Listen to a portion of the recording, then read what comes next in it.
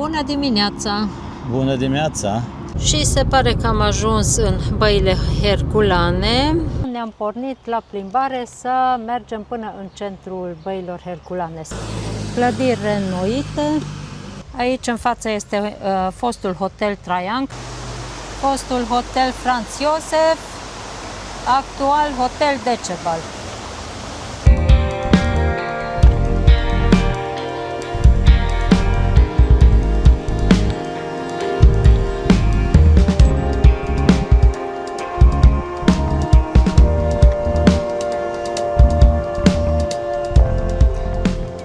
Aici avem din nou un pavilion construit în 1824, destul de multe pavilioane unde erau băile termale și în general actualmente sunt hoteluri. Sau ruine. Sau ruine.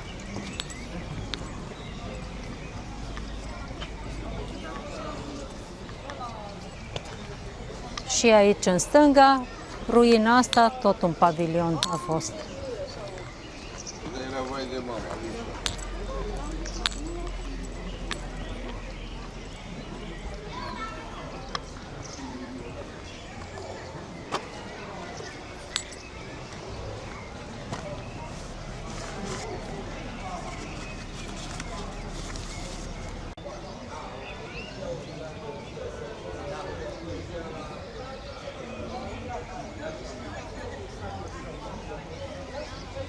Avem aici, în piața Hercules, statuia lui Hercules.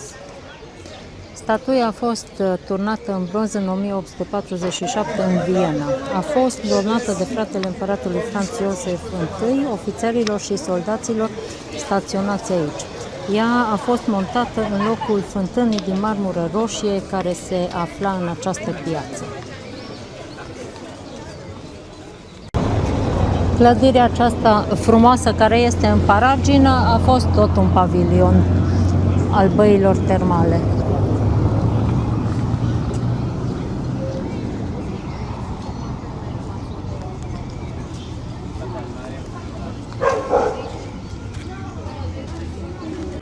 Aici în față avem biserica romano-catolică. Ea a fost construită între anii 1836-1838 în timpul împăratului Ferdinand al Austriei, înlocuind o capelă catolică mai veche, situată pe același amplasament și distrusă de turci în 1788. În anul 1887, împărăteasa Elisabeta Sisi a participat aici la slujbele de Paște.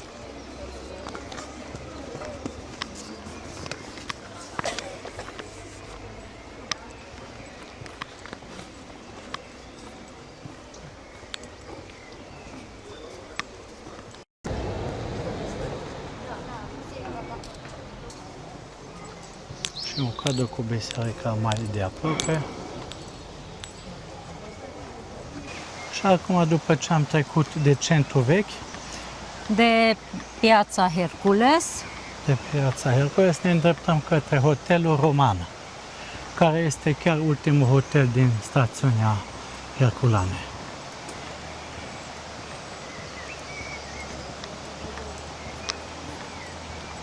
aici avem un bazorelief. Cred că e lupta dintre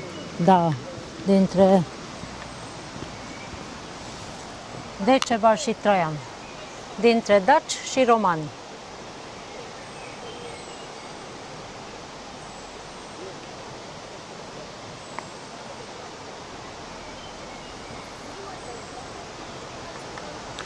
Păi drăguț alea asta. Aici în partea dreaptă avem Cerna. Acolo jos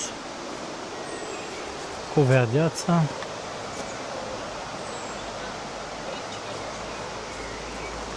Și cu trotuar frumos făcut. Văd că mai urmează și alte bazoreliefuri.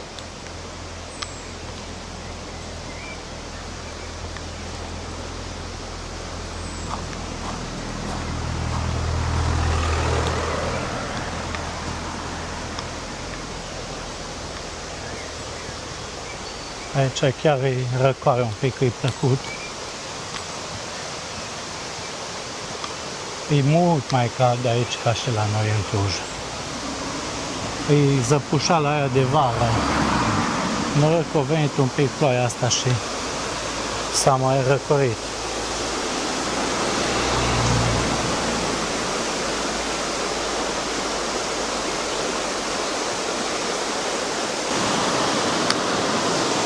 Și am ajuns aici, este Hotelul Roman și aici se termină stațiunea.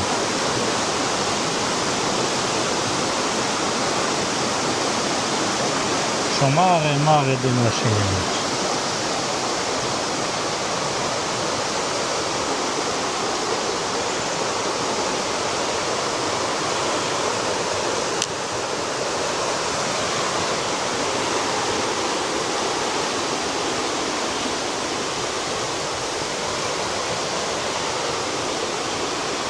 Aici avem în față, în spatele acestei mașini, vestigiile apeductului roman. Apeductul era destinat transportului apei termale de la unul din izvoarele din zona Băii Romane la Baia Apollo. Baia Apollo este chiar acolo unde a fost biserica. Și este prima baie termală din stațiune. Aici avem peștera de la Despicătura Cave. Este închisă.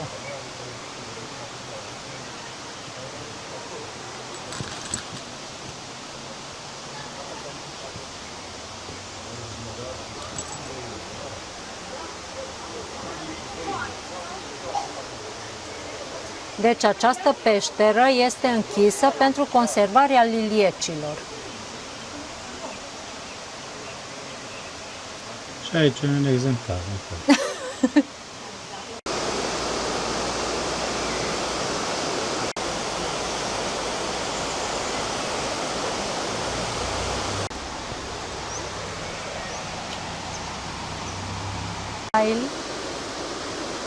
Izvorul Hercule 2.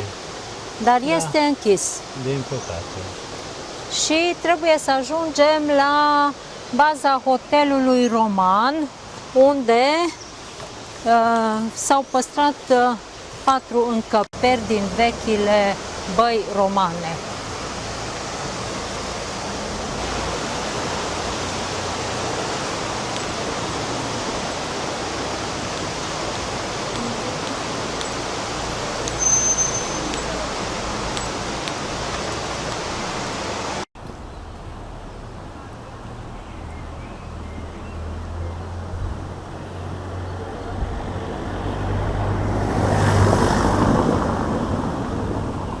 Mergem spre Băi Romane.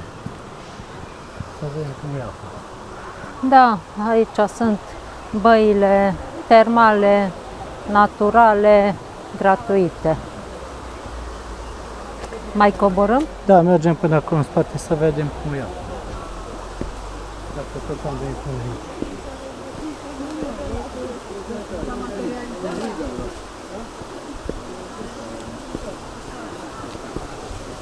Hai, e caldă apa asta. Ce aburi ies. Ha, ce fain. Și în Cerna poți face baie în apă rece?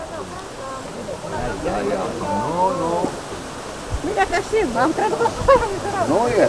Păi cea mai bună apă sulfuroasă. E fierbinte? Păi călduț, să Păi punem ăsta e mâna. coaldă, bă, prieten. Ăsta n-are spus decât 7%. Pune mă, da, să vezi ce cade. Wow! Excelent!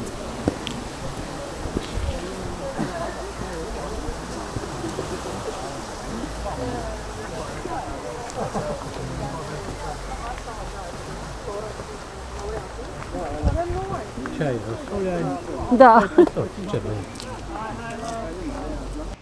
Deci ne-am pornit de la băile romane din aer liber, așa, care sunt acolo jos undeva. da, pe malul Cernei. Este un izvor de apă termală care este colectat într-un bazin unde poți face baie gratis oricând. Și de acolo ne-am pornit către Grota Haiducilor sau Peștera Hoților, care a fost descoperită de romani, care ulterior, pe lângă această grotă, au construit această stațiune unde au descoperit apele termale. Și am ajuns la grotă. Hai să urcăm. Văd că e deschisă, dar cred că e deschisă tot timpul, se poate vizita la liber.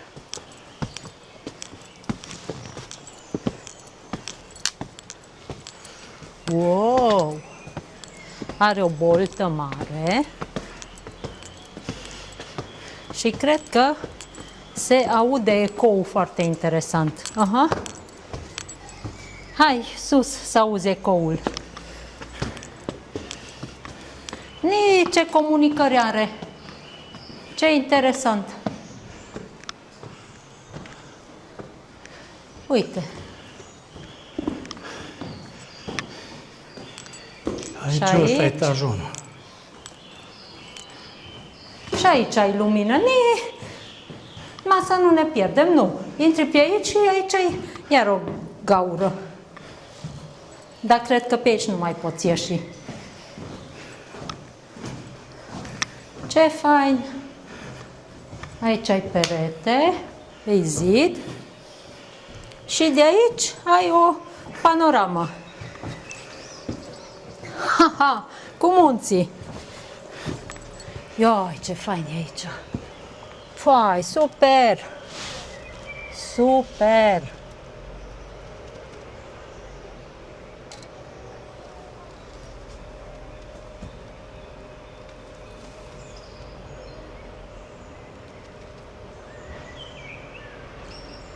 Și pe aici intrarea sau ieșirea. Pe aici am intrat, dar stai că mai e. Și pe aici și eu să ieșim. Da, dar stai să mă mai urc și aici. Pe aici urcăm la etajul 1. Da, urc la etajul 1. Eu trebuie să văd tot, să urc peste tot. Numai încet că alunecă că e umed. Eu nu alunec deloc cu papucii ăștia. Ioi, ce fain-i! Ioi, super!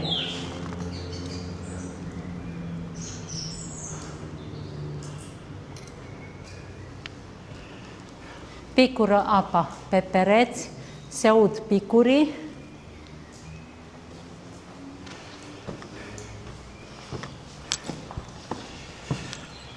Și aici o altă terasă.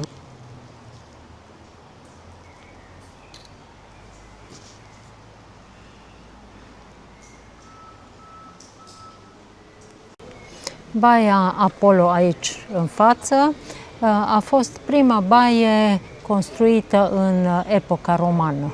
Ea a fost reconstruită în epoca lui Franz Josef. Am ajuns înapoi în centru vechi și cum ne-am oprit pe malul Cernei, am observat că și aici sunt bazine cu apă termală amenajate. Sunt trăinuite, aranjate frumos, este vestiar, numai chef de baie să ai.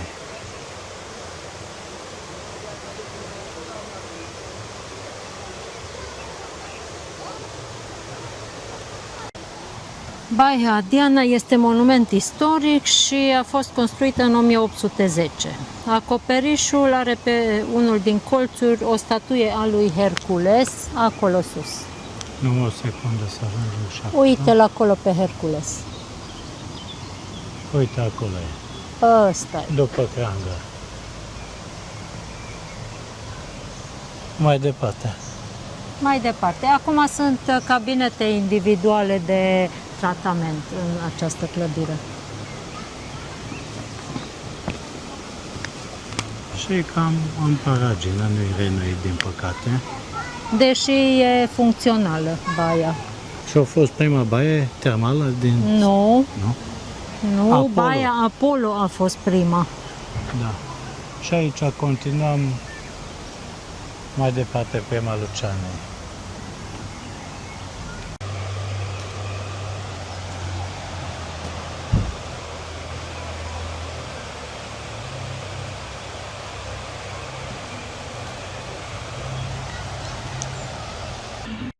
Aici avem izvorul Diana 3, dar gaura e astupată, nu curge nimic. Și acolo, lângă hotelul rămas, și acolo era astupat gaura, nu curgea nimic de aici. Ei secat izvorul, cum e astupată gaura. Toate izvoarele secate. Și acum trecem prin fața fostelor impozante băi imperiale austriece, care din păcate sunt într-o avansată stare de degradare și nu se face nimic. Superbe statui deasupra se degradează. Băile Neptun.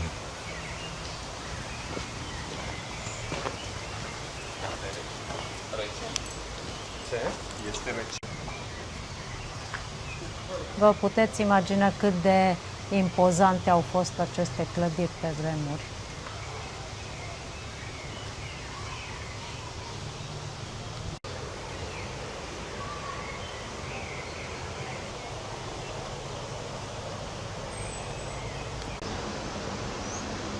Și suntem în fața podului din fier forjat.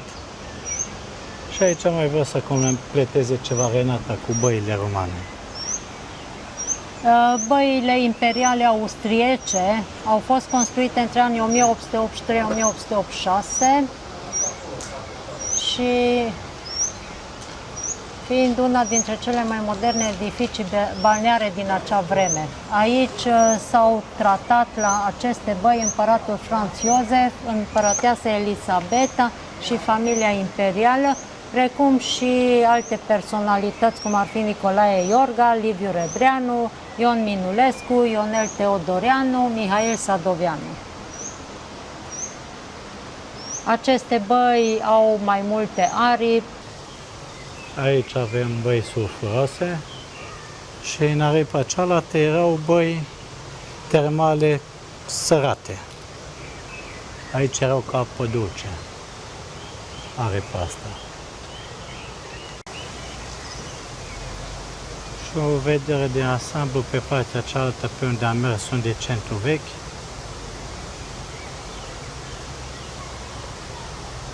Cu parcul central. Clădiri renovate, nerenovate, cu bănci. Frumos. Și am ajuns la izvorul Neptun 2, să vedem dacă funcționează. Sună ceva.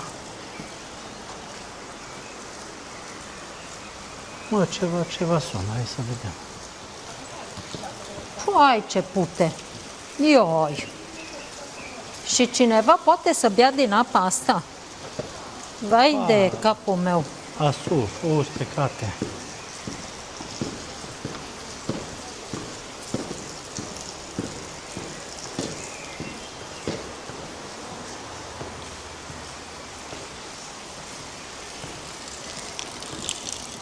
Iui, e apă fierbinte. Arde, atât ai de fierbinte. Hai să vedem. Tu ai cereai. Ioi, să nu îndrăznești să guști. Da, nu. Că și miroase. Oi, pute. Izvorul Neptun 2. La Bosec mai era așa. Când am fost câteva izvoare și mi-au lăsat așa sulf. Apă minerală, termosulfuroasă, clorurosodică, calcică,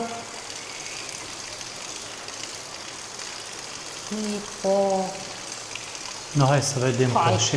Hai. Și sus este. Gata. Mergem la Neptun. Asta a fost Neptun 2. Doi. Mergem la Neptun 3, care e vis-a-vis. Dar e fain făcut aici. Da.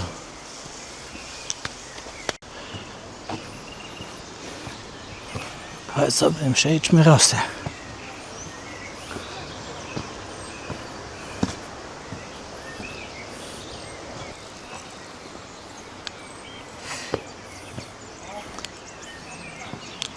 Aici abia mai pică un pic. Nu, hai să vedem.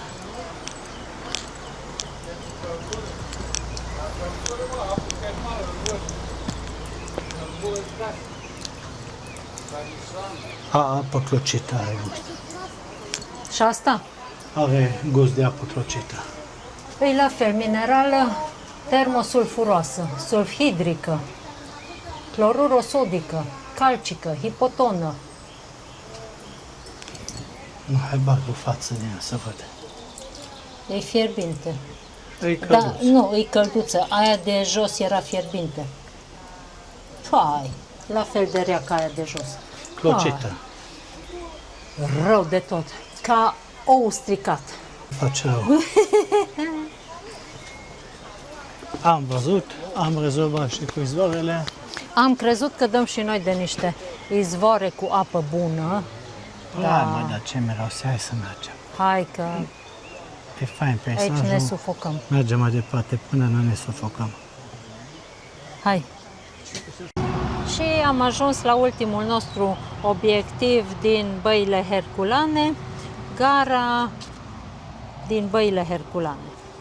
Această gară a fost construită între 1878 și 1886, fiind o reproducere a castelului de vânătoare al împărătesei Maria Terezia Austriei din apropierea Vienei. Edificiul în stil baroc a fost la început casa de vânătare a împăratului Franz Josef.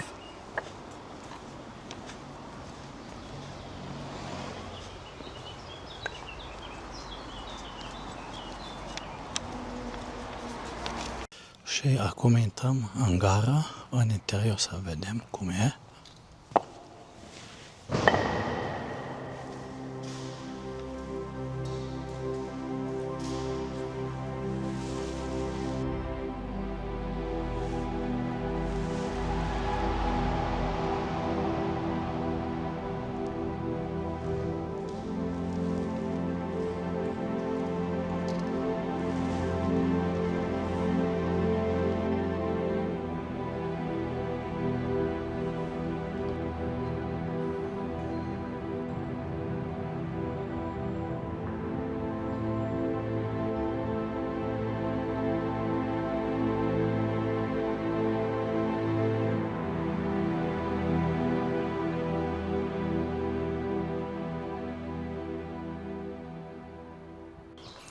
Și aici avem un tunel de flori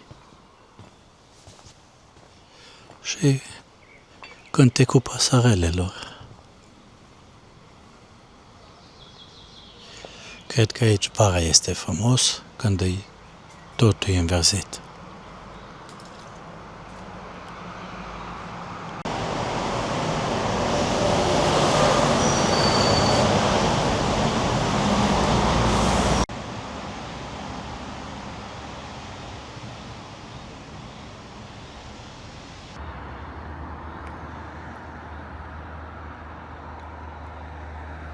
Și aceasta a fost ziua de astăzi în Băile Herculane.